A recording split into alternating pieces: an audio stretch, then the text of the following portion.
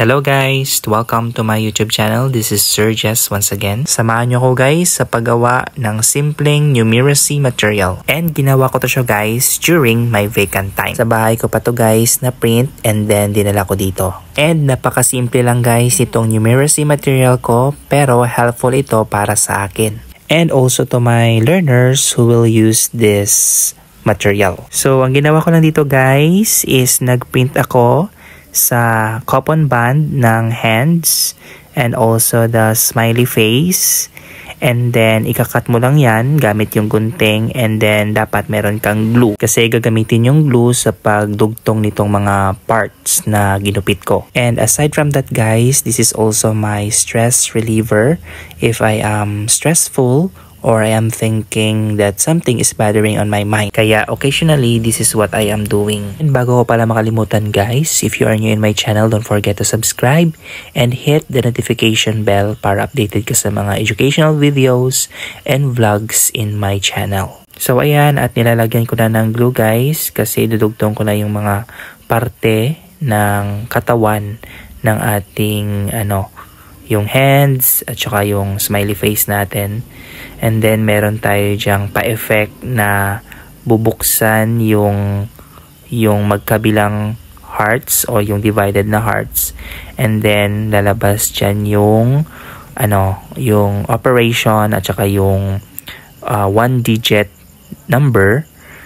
Tsaka dyan yung time na mag-a-answer yung learner. And the reason guys kaya gumawa ko ng numeracy material na ganito kasi I have noticed na kaunti lang pala yung mga numeracy materials ko compare sa mga reading materials. Kaya pretty sure madadagdagan na yung aking mga numeracy materials. So medyo time consuming lang siya guys sa paggawa pero mai-enjoy mo naman yung time mo in working this. Then after ko tapusin to guys, syempre dadagdagan ko pa until na dumami so that I can provide a lot more numeracy materials and I could apply it to my learners who are slow and struggling, diba? In other words guys, remediation.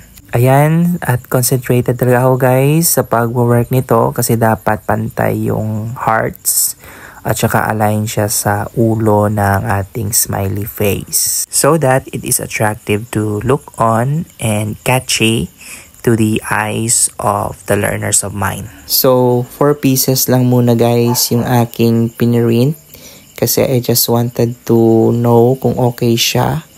Then I found out na okay naman, so I'm going to do more kasi I thought it was hard to do, but when I continue, it's easy to work on. At nawiwili talaga ako guys sa aking ginagawa.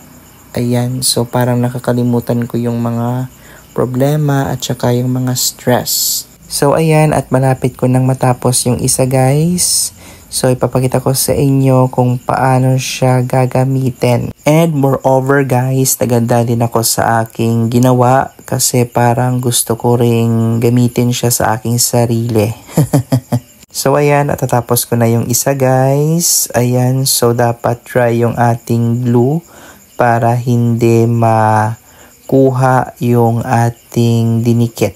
Ayan, so dapat dikit siya para okay na okay siyang gamitin. And mamaya guys, ipapakita ko yung final outcome nang natapos ko na siyang pagdikit-dikitin at saka ma-assemble. And yung numbers na nilagay ko since 1 digit, so hindi naman gaanong mataas yung nilagay ko na numero. Alright, so ayan, at try natin yung ating material, numeracy material I should say. Ayan, so meron tayong pabukas-bukas, o diba?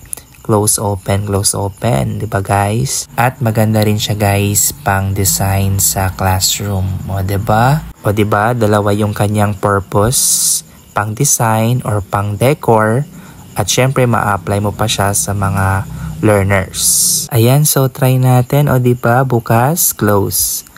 Then bukas, close naman natin ulit. Diba? So meron na tayong numeracy material. So as what I have mentioned, dadagdagan ko pa to para dumami pa. So okay na okay siya. So ito na guys yung final outcome ng aking mga pinagdugtong na mga parts para sa aking numeracy materials. Ayan, so 4 pieces pa lang yung aking na-print at 4 pa lang yung aking nagawa. So, syempre, magdadagdag pa ako. Right, so that's the wrap guys, and thank you for watching my vlog. God bless everyone and good evening.